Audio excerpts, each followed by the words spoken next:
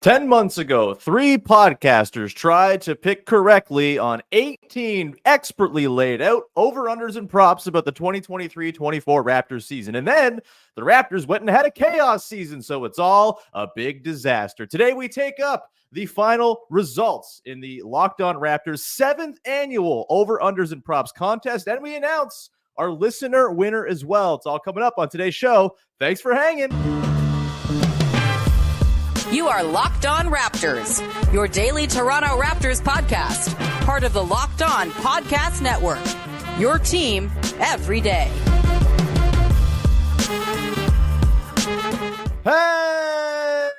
Hey, what's going on? And welcome to another episode of Locked On Raptors, part of the Locked On Podcast Network, your team every day. It is Tuesday. Yeah, I'm dropping this on Tuesday, July the 30th, and I'm your host, Sean Woodley. I've been covering the Toronto Raptors now for 10 seasons on various platforms. You can find all my work over on the Hell website at Woodley Sean. You can find the show on Instagram at Locked On Raptors, and of course, you can join us in the Locked On Raptors Discord server. The link in the description of the podcast. It's free to join. It's a great place to come hang out, talk Raptors, talk offseason, talk Canada basketball, and all that and the rest. It's a wonderful place for the listener community to come together and really throw feces at me too when I have bad takes and stuff like that as well. So come hang out. We'd love to see you there in our growing listener family over on Discord. Of course, you can find the show for free wherever you get your podcast. Follow, subscribe, rate, review, tell a friend. Much appreciated when you support the show. However it is you support the show. And of course, you can also go to YouTube as well. Subscribe to the channel and hit the notification bell. When you do that, you'll get a push notification every single time the show is about to premiere or go live, which is a wonderful thing. Today's episode is brought to you by Game Time. Download the Game Time app, create an account, use the code LOCKEDONNBA for $20 off your first purchase. Terms apply. All right, let's get to it. It's one of my favorite episodes of the year. It is the 7th annual Locked On Raptors over, unders, and props contest spectacular finale. We determine who won, who lost, who is going to cry for the next couple months until we make our picks again for the 2024-25 season. And we're going to do it all with our pals, as always, on these episodes. Vivek Jacob from Raptors in 7 and Sportsnet. How are you, sir? I'm doing great. Obviously, one of the best episodes of the year that we look forward to and can't wait to get started. And Sahal Abdi is here as well. Sahal, what's going on, brother? I'm great. Just came off a pretty good vacation, and now I get to talk Raptors. So best of both worlds here. Sorry. You came off vacation and have to talk about that Raptors season. Score! Anyway, to refresh what happened last year, it was a very dramatic conclusion to the 2022-23 contest, our 6th annual over, unders, and props spectacular. If you recall, Vivek and Sahal came down to the wire with 10 points apiece out of 18 questions that we chose from, and it all came down to the tiebreaker of Terrence Ross points scored for the Orlando Magic last season, and the winner via the tiebreaker, just barely, kind of prices right, almost adjacent, coming a little bit under the wait, what? Yeah, sorry, he went over. Never mind. He should have lost, but he was the closest either way. Sahal won by a hair. I'm stupid, okay? I'm bad at my job. Sahal won, and I'm mad about it still. So he is a 2-time champion of this exercise. Big V is a 4-time champion of this exercise, and I am an idiot who has not yet won. We're gonna hopefully break that today. We, of course, are also going to announce at the end who won our listener contest. We got 68 listener submissions at the start of the season. I painstakingly went through a spreadsheet this morning to figure out who won and who will win a pair of tickets to a game next season. We will announce that a little bit later on. But let's begin by diving into our first set of over, unders, and props. We'll kind of go rapid fire through a lot of these. Of course, the Raptors did some stuff in the season that made a lot of these kind of outdated and weird to go and revisit, but we're going to do our best. We'll sort of, for stipulations, we'll go through. There's a couple ones where we have to kind of have a bit of a judge ruling on what we're actually counting here, and so we'll do that as we get to them. But let's start with Pascal Siakam, points plus rebounds plus assists per game. Remember when Pascal Siakam was on the Raptors? Tear falls down my face. The over-under was set at 36.5. And with the Toronto Raptors, which is how we're going to do these ones for guys who got traded, we are just going to dig into the exact score they got with the Raptors. We're not taking Pacers stuff into account or anything like that. And I misspoke. It was 36.0 was the over-under we set for Pascal, points plus rebounds plus assists per game. And with the Toronto Raptors, he came in at 33.4. We all took the over, so none of us get the point here. Vivek, I'll throw it to you to start just quickly on Siakam. Any final thoughts on the Pascal Siakam odyssey that was this past season, as we will never get to do an over-unders pick for Pascal again? It's a big, giant bummer. Yeah, I think when you look back on the season and the way things started out, obviously there was the whole press conference where you knew immediately that things were awkward. Then you go into the start of the season and Siakam's not really a featured part of the offense. And you can see kind of the wheels in motion for a Pascal exit. Now, Pascal being the player that he is, at a certain point, it was like, hey, you're gonna have to get the ball to him if you want if you want to score some points. And we had that stretch where we did see Pascal as that all NBA caliber player that we know him to be. Now that wasn't enough to get him to where we wanted him to be and over that 36, but yeah, I think from pretty much the press conference, we knew the writing was on the wall, especially with the way the offense was changed. It put Pascal in a different position, and it was always going to make it unlikely in those settings to beat that 36 mark that was laid out. Yeah, it's a shame. I do wonder if he had played the full season with the Raptors, sort of with the new reincorporated version of the team with Quickly and Barrett and Siakam and Barnes, if he would have gotten there. Maybe there's just too many mouths to feed in that situation. But nonetheless, we all get skunked on this one. It's zeros all around through the first question. Let's get to the next one here. This is the first example of what I think is going to be a recurring trend throughout this exercise, which is... By the way, just quickly. Yep. Yeah.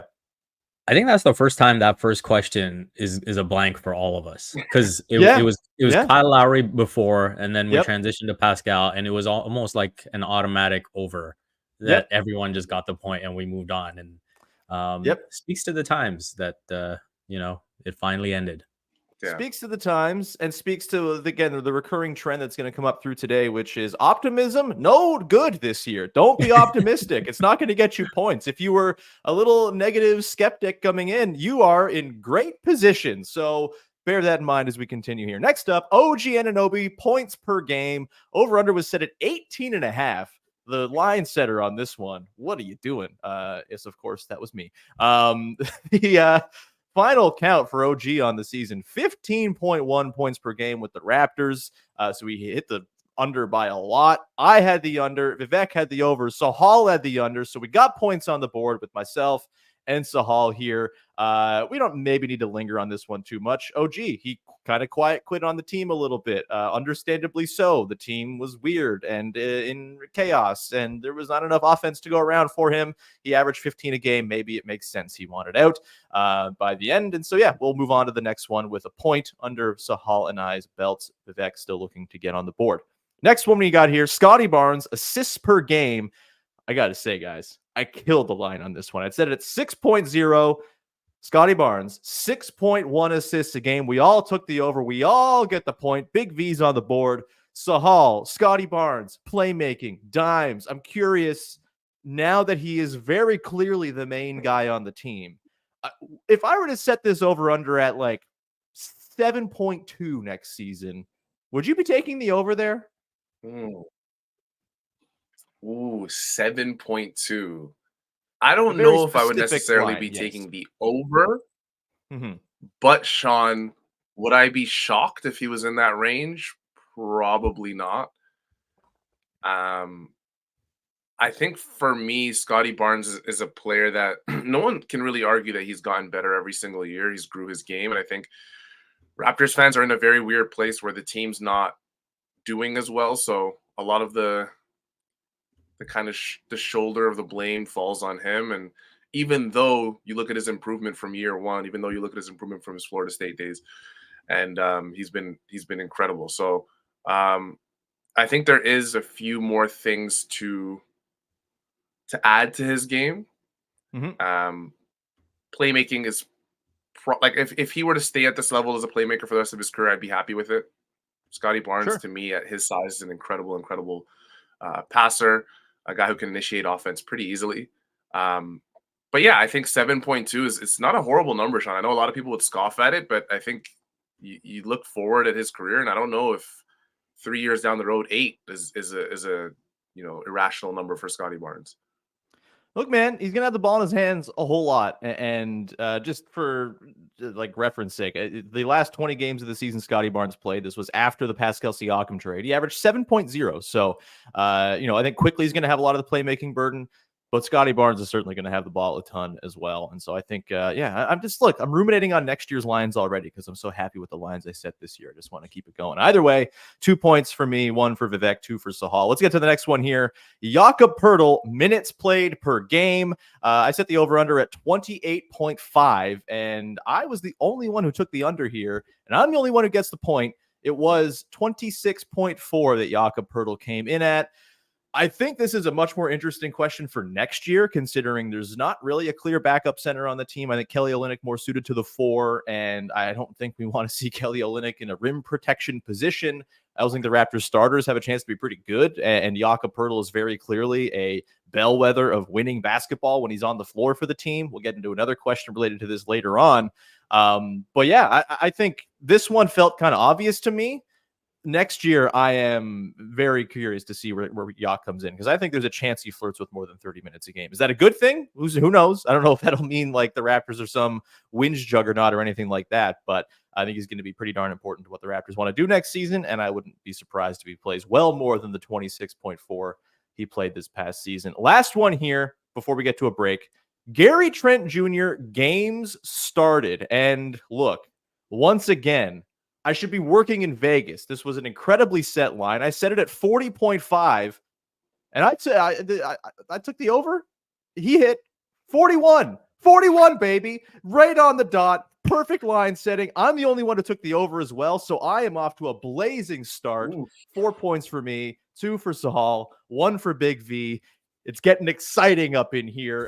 Vivek, any quick thoughts on Gary Trent Jr.? Of course, he's gone now to the Milwaukee Bucks. He ended up getting into a bunch of games starting last season, was very good with the starters as well. That starting lineup, really, really good. Do you have similar hopes for a starting lineup of a similar iteration that does not feature Gary Trent Jr.? Similar starting lineups. You mean in terms of effectiveness? Like Grady Dick is probably going to be the starter. Like, how do you think that lineup can be as successful as that Gary Trent Jr. starting lineup was last year? Again, small sample, 10 games of action, but the second most possessions played for any lineup, and they were plus 12 per 100. Yeah, I think that's a lot to ask of a second-year player. I think with Grady, I think with the shooting guard position in general, it's going to be a very developmental position because you've got Grady Dick there, you've got Jacoby Walter there. And so I think that is going to present its own set of challenges. And so I think that the team as a whole, should be better if healthy. Than what we saw last year. It's a low bar, but they should be better.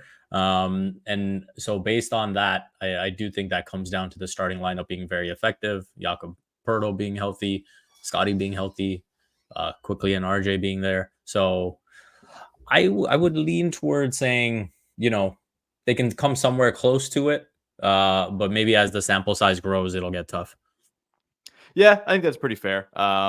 It would be great if Grady Dick could be part of winning minutes in year 2. It's a lot to ask of a guy, but hey, looked pretty awesome in Summer League. He looks like he's 19 years old now. It's great. We're going to come back on the other side and get into the remainder of our players-specific over-unders, and then get into some team ones as well as we continue to try to sort out who wins the 7th annual Locked On Raptors over-unders and props contest. We will get to the remainder of this coming up in just 1 second.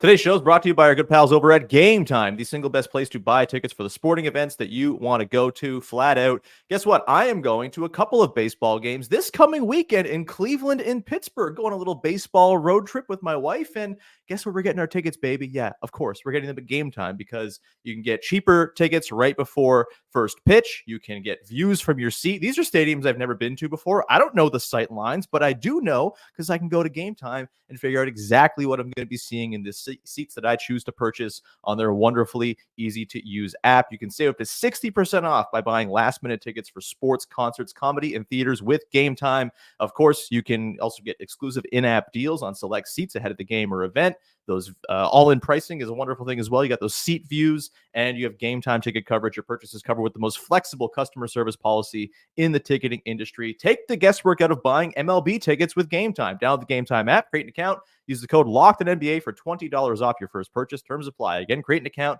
and redeem the code LOCKEDONNBA for $20 off. Download Game Time today. Last-minute tickets, lowest price, guaranteed. Back at it here as we continue to sort out who won this year's 7th annual Locked On Raptors over-unders and props contest. Next question on the board, an either-or question. More total minutes played for the Toronto Raptors this season, Precious Achiuwa or Jalen McDaniels? This one a lot closer than I think I even expected. And I think probably two of us took maybe the non-chalk answer here, and two of us were rewarded for that. Jalen McDaniels played 538 minutes for the Raptors this season. Precious played 437 before getting traded to the New York Knicks. Jalen McDaniels is the answer, and both Sahal and I had Jalen McDaniels as our picks here. I'm on a heater. I have 5 points. I'm hyperventilating. I'm freaking out. Sahal has 3 points. Vivek still at 1. He's in a deep hole here he's got to dig himself out of. Did you enjoy the 538 minutes that Jalen McDaniels played, Sahal? And was all of that worth getting this singular point? Sean, what's your podcast rated? Am I allowed to say what I want to say, or? Keep it G if you like. If you're gonna make me do bleep out work, I suppose I can. But I don't want to do that. It's extra production time. You know what? One thing this show's telling me, now that we're doing it, like you said earlier in the show, 10 months later, is it's telling me how much roster turnover was on this team, how much changes were made to this team.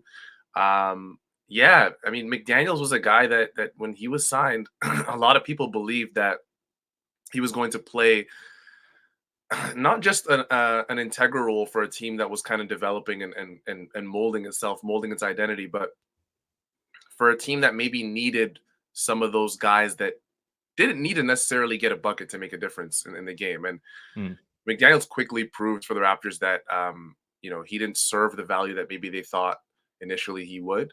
And I think for that reason, you started to see his minutes dwindle very quickly in the season. And by the time we got to the end of it, I think McDaniels is more of a forgotten figure than anything else. So I guess I'm going to say I got this one by luck, because honestly, Sean, it's one of those things where in that moment, I was thinking to myself, you know what, McDaniels is going to play a ton of minutes for this team. And it didn't necessarily, it did go that way for this question, but I guess for the grand scheme of things, McDaniels' impact did not reach what we all three of us maybe thought it would reach on this show. Yeah, for anyone who remembers our bold predictions episode with myself and Joseph Cacharo, I feel like this is retribution for my bold prediction that Jalen McDaniels and Grady Dick would be the single best two-man on-off duo for the Raptors last season. One of the dumber things I've ever said on the podcast out loud. At least you get the point here for having to endure 538 Jalen McDaniels minutes. I'll take it. All right, next up, Dennis Schroeder, 3-point attempts per game with the Raptors.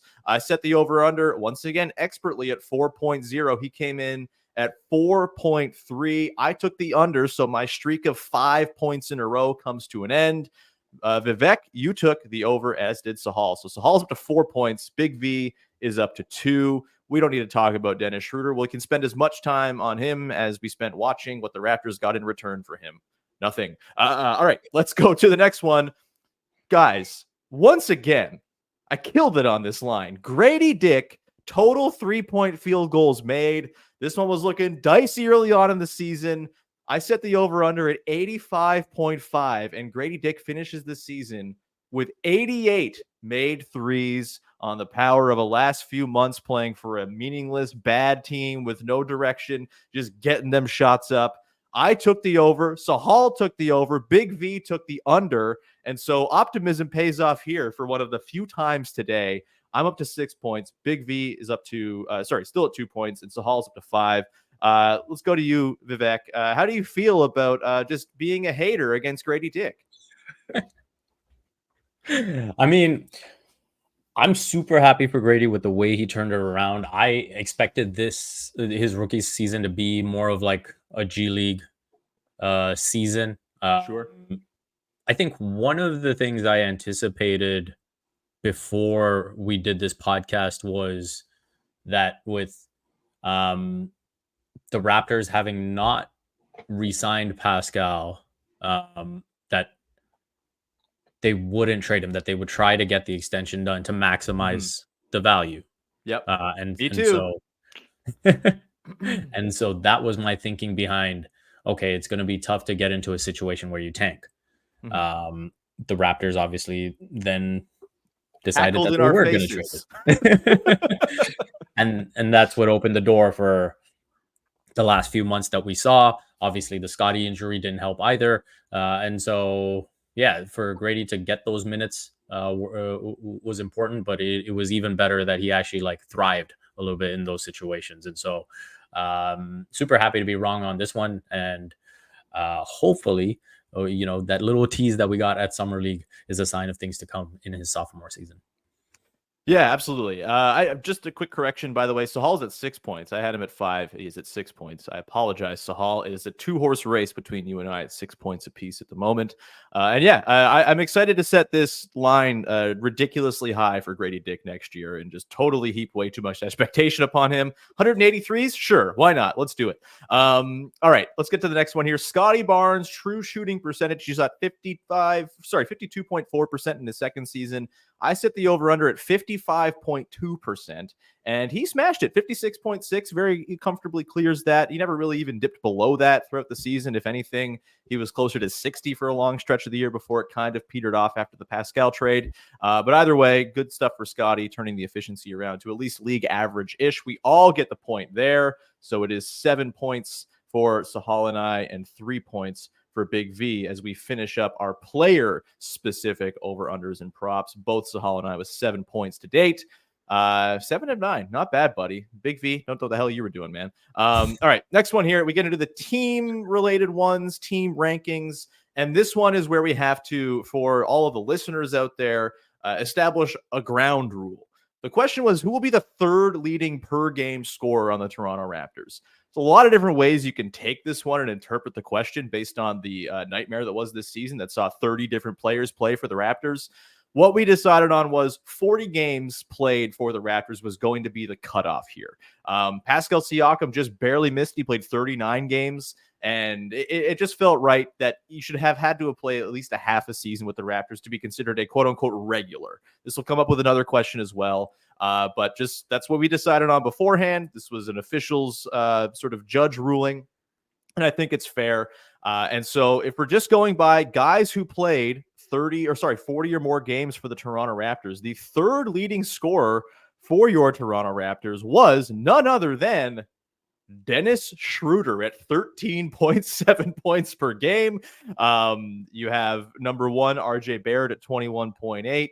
Then you have Scotty Barnes RJ didn't play. He only played 32 games. So Scotty would be the leader at 19.9. Second was Gary Trent Jr. at 13.7. And then third was Dennis Schroeder, just like a smidge of a percentage point or of a fraction point below Gary Trent Jr.'s 13.7 for Dennis Schroeder. So, that's where we're at. It was razor close, Trent and Schroeder, but I'm just going by the ranking listed on Basketball Reference. They have decimal points that don't show up to help do the tiebreaker. And so it was Dennis Schroeder, the third highest scorer on the Raptors. Again, we don't get to spend time talking about Dennis Schroeder, but I will give a shout out to the one listener who got this correct in the voting. It's Aiden Moss, our pal from Raptors Republic, the one guy who picked Dennis Schroeder to be the third leading scorer on the Raptors. Not sure he got the point in the way that he expected, but either way. Let's continue on here. Sorry, my bad. Yeah. For the third leading scorer, I picked Gary Trent Jr. So I'm not juking the stats here because I could have just said, 13.7, he counts too. No. Slight tiebreaker goes towards Gary for second. Vivek had OG and Sahal had Scotty. So that's where we're at. If we had just gone on anyone who played for the team, Scotty would have been the pick here because it was Pascal, RJ, Scotty. But rules is rules. Next up, This is the other question where the sort of games played stipulation comes into effect. Raptors regular with the best per 100 on-off differential per cleaning the glass. Last year, it was Jakob Poeltl at plus 14.1 per 100 possessions. This year, it was also Jakob Poeltl. OG Anunoby did not play the requisite number of games, just 27 games. So Jakob Poeltl at a plus 9.6 is your leader in the clubhouse. I picked Scotty Barnes, just thought he would have that star impact, and I was proven wrong. Both of you guys picked Jakob Poeltl, so you guys both get the point here. Sahal, Jakob Poeltl, driving on-offs. Has he become... Look, I think the trade, we can kind of agreed upon. The trade was pretty silly for the situation the Raptors were in at the time, but I do think the trade has maybe painted Jakob Poeltl in a negative light in the sort of eyes of the fan base. He's very clearly a good basketball player who helps winning basketball take place. They were 4-28 without him last season. Is Jakob Poeltl underrated, Sahal?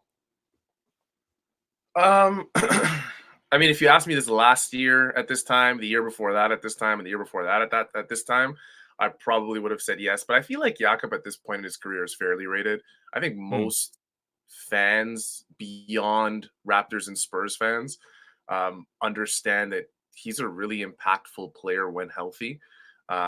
Whether it's a winning team, his motor, his effort never really changes from game to game. He's one of those guys you could really just count on to make a difference. Still one of the best, I think, rim protectors in the league.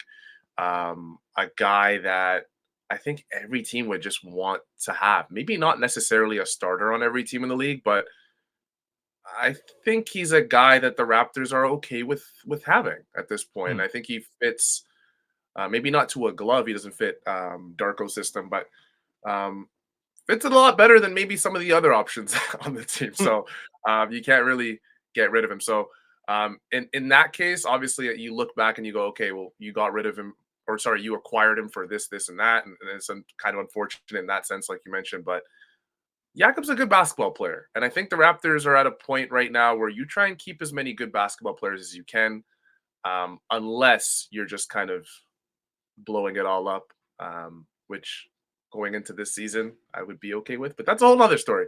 Yeah, I'm perfectly fine with Jakob Poeltl. I think at this point in his career, what is he, year 10, guys? He's got to be year something like that. Year 9, yeah, he's been around a while. In the league for a while, yeah. So I think he's fairly rated, honestly. I think we're in for a Jakob Poeltl renaissance this year. I think having him on the team is good. They shouldn't trade him away for youth and picks because you need functional center play to play developmentally friendly basketball. And if you don't have Jakob Poeltl, this team falls into absolute disrepair once again, and it does not help the development of any of the guys whose development matters the most for this team. Scotty Barnes, quickly, Grady Dick, on down the line.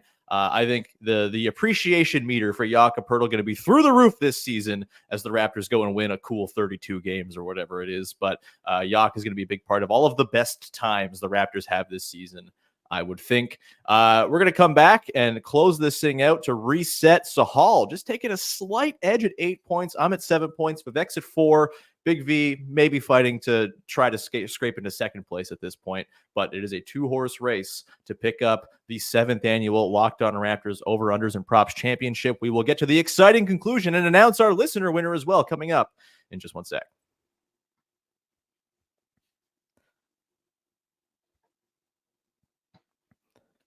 All right, we are here. We have 6 questions left on the board, 7 questions left on the board to run through to determine who wins this year's Over, Unders, and Props contest. And we can start with one that no one got a point for. Which player leads the Toronto Raptors in total dunks? OG at 103 the season prior. We all picked OG to win this, and of course, OG got traded. Scotty Barnes, 73 dunks, leads the way. We like Scotty Barnes for all the dunks. The Raptors were not a super dunk-heavy team this past season. One of the big losses with trading Precious Achiuwa and OG Anunoby was all them dunks. I hope they can return to the former dunk glory that they've had in the past this coming year, and hopefully Scotty Barnes can continue to ratchet up those totals. Triple-digit dunks, please. Let's do it. Next up, number of wins versus plus 500 competition. I set the over-under at 19.5. The Raptors were 19-30 the year before. And boy, oh boy, this one was a bloodbath. The Toronto Raptors went 11-40 against teams with records above 500. Not so good. I took the over for some reason. Vivek took the over for some reason. Sahal took the under. His skepticism pays off again. He's up at 9 points now. Big V, what the hell were we thinking? Well, clearly, as this podcast goes along, I am just in tank mode like the Raptors. So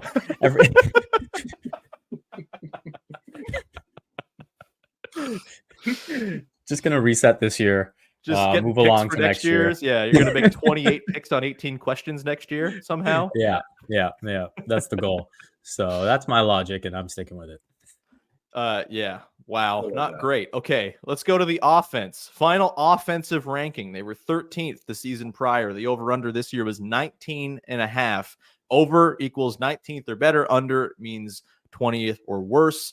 And once again, I'm sweating, man. Sahal takes the under as we both take the over. We thought, Vivek, that they would be a top 19 offense. They were certainly not that. The Darko factor, only ran so far until they had Jordan Wara playing heavy minutes for them. And so we don't get the point.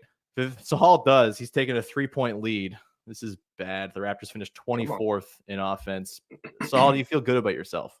Sometimes being the bad guy in this world pays off, guys. And I remember this brings me back to a certain conversation I had with a friend who watches your podcast, Sean. And shout out. When we finished this, the first iteration of it, I was scolded for being such a skeptic and for being such a what he called a pessimist. Yeah. And here I am. I haven't won yet, so I'm not doing any victory laps.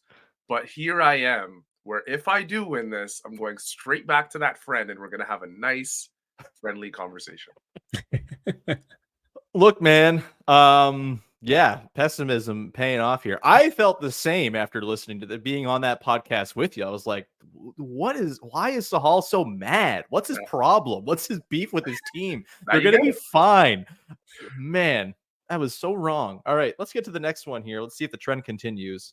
Sadly, I fear it will. Final defensive ranking. I was very bullish on this defense, if you recall. And it seemed like for the first 2 weeks of the season, that was going to pay off as the offensively challenged group of Schroeder, OG, Barnes, Siakam, and Poeltl defended quite well to begin the year. Remember when they held the Wolves to like 89 points on opening day? What a beautiful thing that was. I set the over-under at 7.5, so 7th or better is over, and worse than 7th is under. You guys both took the under correctly. They were the 26th best defense in the NBA. You both get the point here. Vivek up to 5. Sahal, I think, close to clinching this thing now at 11 points. This sucks. I hate it. Vivek, we're going to freeze out Sahal for a hot second here. What the hell happened to the defense? I mean, I think when you look at how much the priority was to kind of recalibrate the offense and have that establish a new system, I think it was bound to show up on the other end. I don't think there was a lot of accountability. I don't think there was a lot of discipline. And I think in a season where there's so much uncertainty, is this guy am I going to be playing with this guy the next game? Is he going to be around? All of that, I think, figures into the commitment level, right? And so much of defense is just playing for each other. And, hey, are you going to help? Are you going to help the helper? And when you've got situations where it's like, hey, we don't really know what's going on with this team. I don't know if I'm going to play with this guy the next game. Like, why am I really helping? I think it becomes a bit more individual. And I think that translates the most onto the defensive end.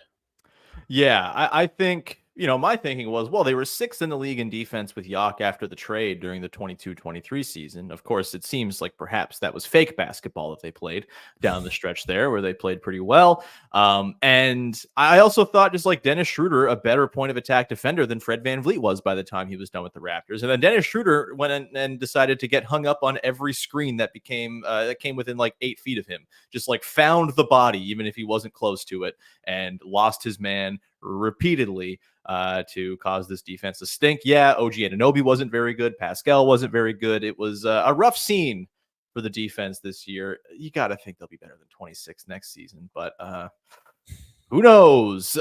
Let's yeah, the line will not be at 7.5 next year. Let me put it that way. Regular season wins. FanDuel had them at 36.5. Two of us took the over. One of us took the under here. Pessimism once again paying off. They win 25 games, and of course, it's damn Sahal who gets the point. I don't like it.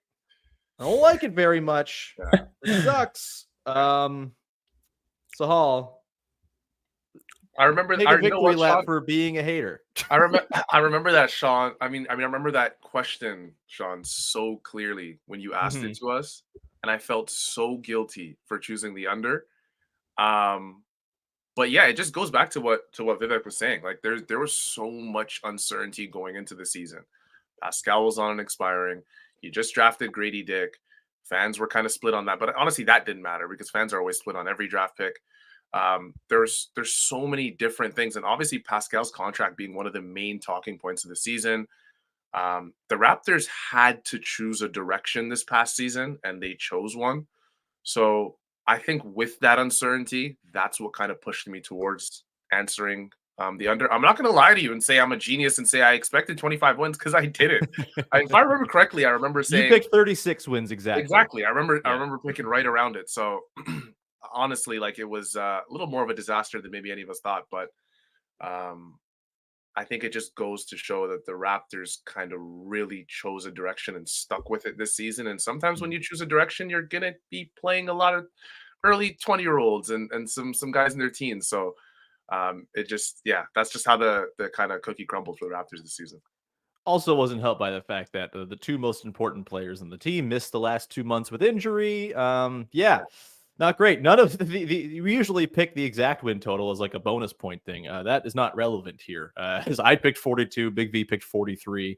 Us optimistic fools. I will say one of those fun things going through the listener submissions. Again, 68 people submitted their over-unders picks as well.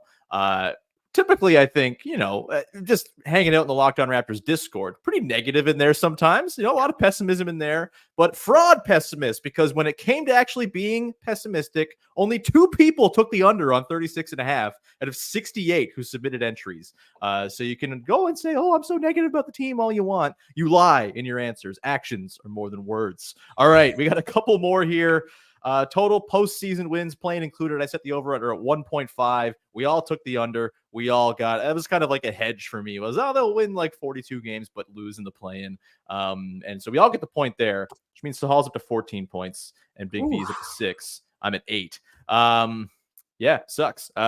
It's not good stuff. And then lastly, season-ending award winners. There's no suspense. There's no drama here. It's a bummer, but another point once again for Sahal on this one. The over-under for season-ending awards was 0.5.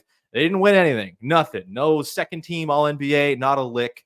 And of course, a second team All-Rookie even. Not there either for the Raptors. So Vivek ends up with 7 points. Sahal, an absolute demolition in the back half of this thing. 15 points. He goes 8 of 9 in the second 9 questions, the team-related ones, because of being a hater. Sahal, it's not as dramatic as last year's tiebreaker finish, but I have to congratulate you on your 15-point victory. Outstanding work. I will give you the floor to gloat, and then I will share some more context on just how well you finished, and then we'll also get into the listener winner. But the floor is yours for your champion's speech. Now a 3-time champion, Sahal Abdi, take it away, sir. Yeah, I mean, it's good to be here. I feel like LeBron when he was holding the flag and just standing in that Superman pose for a bit. I feel great right now. And to be quite honest, Sean and Vivek, I've always said this. You either die a Locked On Raptors show hero, or you live long enough to see yourself become the villain. And I've become the villain with Raptors fans because I won this being an absolute pessimist. No, in all honesty, it's great. Like I love doing this show every single year. It's genuinely like the highlight for me of my Raptors fandom, especially in such a dark place that we're in. And I don't know when we're getting out of that dark place. I'm not even sure if we see light yet, but maybe we see a little sliver. Maybe we're hallucinating. Who knows? But no, this was fun. It always is fun. And I'm not going to lie to you guys. I had some doubts. When we finished up 10 months ago, I wanted to take some stuff back. I was going to start, messaging Sean on the side, send a text or two. Hey, what is this question about? What is that? Can I take this back? But I know, Sean, I'll tell you this, Locked On Raptors fans, he is a guy that doesn't stray by his morals. He sticks to what he knows, sticks to his principles. And Vivek, I'm coming. You got 4. I'm at 3. I'm on my way. I'm on my way. I'm not necessarily knocking on the door, but I'm walking on the street. Okay? It's time for me to awaken from my slumber. I think I got all the picks I need now. Should we start treating Big V's pre-YouTube championships as like Celtics championships from the 60s? Where it's like, really playing anybody? Really even real? That's where we're going. Absolutely. All right. Yeah. Anything pre-merger just doesn't count. I'm sorry. The merger in our case is the switch to YouTube, I think, in 2021. So look, I'm just bitter because I'm still zero. Yeah, it is. It sucks. I'm glad that this is a highlight for you guys. This is a thing I hate to do every year, and it sucks. And I keep on doing it because I'm chasing that dragon, baby. Maybe next year will be the year for me. I try to go in every year with some kind of strategy, like, I'm going to be optimistic. I'm going to be negative. Usually it's optimistic. Maybe next year I go in as a hater, and then, of course, they'll go and surprise and win 42 games and get the 6th seed or some nonsense. Yeah, this sucks. I'm bummed out, but congrats to you, Sahal, 3-time champion. Again, further context on the level of domination. So we'll get to the winner. We actually have some drama within the winners. We'll get into that. But the winning score out of 18 of all the listeners who submitted entries, 68 listeners, was 11 points. So you lapped the field with 15. Truly impressive stuff. Let's get to the announcement of the winner. There were 3 listeners who ended up with 11 points. So it came down to the tiebreaker. If you remember what the tiebreaker was, it was total minutes played by Otto Porter Jr. for the Raptors this season. The 3 people who are in the running, who all got 11 out of 18, Carl Noel, Kieran Doyle, and Blair Weston. First of all, congratulations to all of you for your 11 points. Very good stuff. You certainly skunked Vivek and myself. And I should also say, I think there were like 6 people in total who got more than 10 points. Or 10 or more. Pretty impressive stuff to be in the upper echelon here. So the tiebreaker comes down to who was closest on Otto Porter minutes played for the Raptors. I'll eliminate the first one. Carl Noel, an absolutely noble effort here, but the answer of 1,185 Otto Porter Jr. minutes. As optimistic as I love that optimistic take on Otto Porter Jr., that is nowhere close. Otto Porter Jr. played 174 minutes for the Raptors this season. That brings us down to the final 2, Kieran Doyle and Blair Weston. I'll read Blair Weston's score off first. Blair Weston's guess for Otto Porter Jr. minutes was 366. Not bad. Not bad.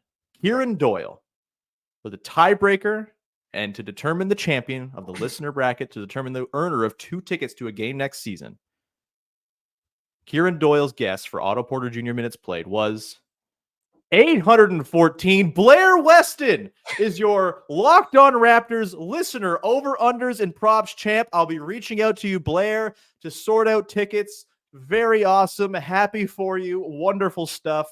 You can sleep easy knowing you beat both Vivek and I by a lot. Still 15 points for Sahal. I can't believe you got 15 goddamn points. Is that a Locked On Raptors record, Sean?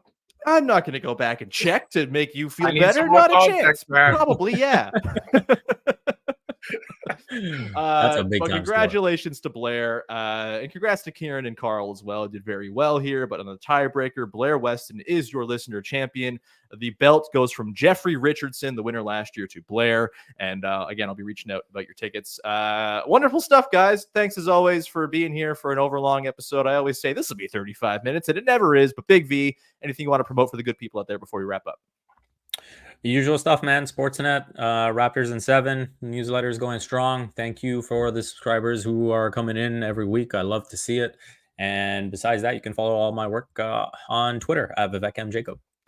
Excellent. Sahal, anything you want to plug for the good people out there? Honestly, Sean, the only thing I have to plug is to all Canadian basketball fans, we are going to medal this year in the Olympics. Please support your team, support every Canadian team. We saw what happened with women's soccer. It's kind of unfortunate, but support everybody, support your Canadians. And yeah, this should be a very fun Olympics. I'm looking forward to it. Yeah, you can't do drone spying for an indoor sport, so Canada basketball is all clear, right? Everything's good. Go, yeah. There you go. Oh yeah. We'll leave it there. Thank you so much for tuning in. And again, we'll be back in a couple of months' time to do this all over again as I continue this torturous exercise of not winning on my own damn podcast. It's getting pretty, like 0 wins in 7 years. That's like the Hamilton Tiger Cats not winning a Grey Cup since 1999 in an 8-team league. It's pretty bad stuff. We're bordering. You are the Detroit Pistons. Come on, they have championships. I'm not even the Pistons, man. I'm the Kings. It's gonna, you know what, Sean? It's gonna make the first that much more glorious for you. Oh, I'm probably going to strip down when that happens on the pod and end my career. But that's fine. It'll be worth it. Anyway, thanks everyone for hanging out. We will talk to you again on, I think, trying to figure out schedules for this week. I'm taking a couple days off for my anniversary. You'll have the Monday episode talking about the Canada-Greece game. And then probably Friday, we'll sort of catch up on all of the missed stuff from the week with the women's games. And of course, the men continuing on their journey through Paris as well. So we'll do a big Canada basketball episode probably on Friday to kind of catch us all up on everything. Either way, thank you so much for hanging out. Very much appreciate everyone who rocks with the show. We will talk to you again on Friday. Another episode of Locked On Raptors. Thanks for hanging. Bye-bye. Couldn't even hit that. Great. Love it. Bye.